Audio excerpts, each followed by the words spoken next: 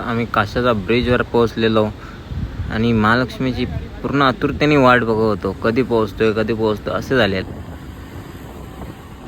आणि जे कोणी काशाचे असतील त्यांनी नक्की कमेंटमध्ये सांगा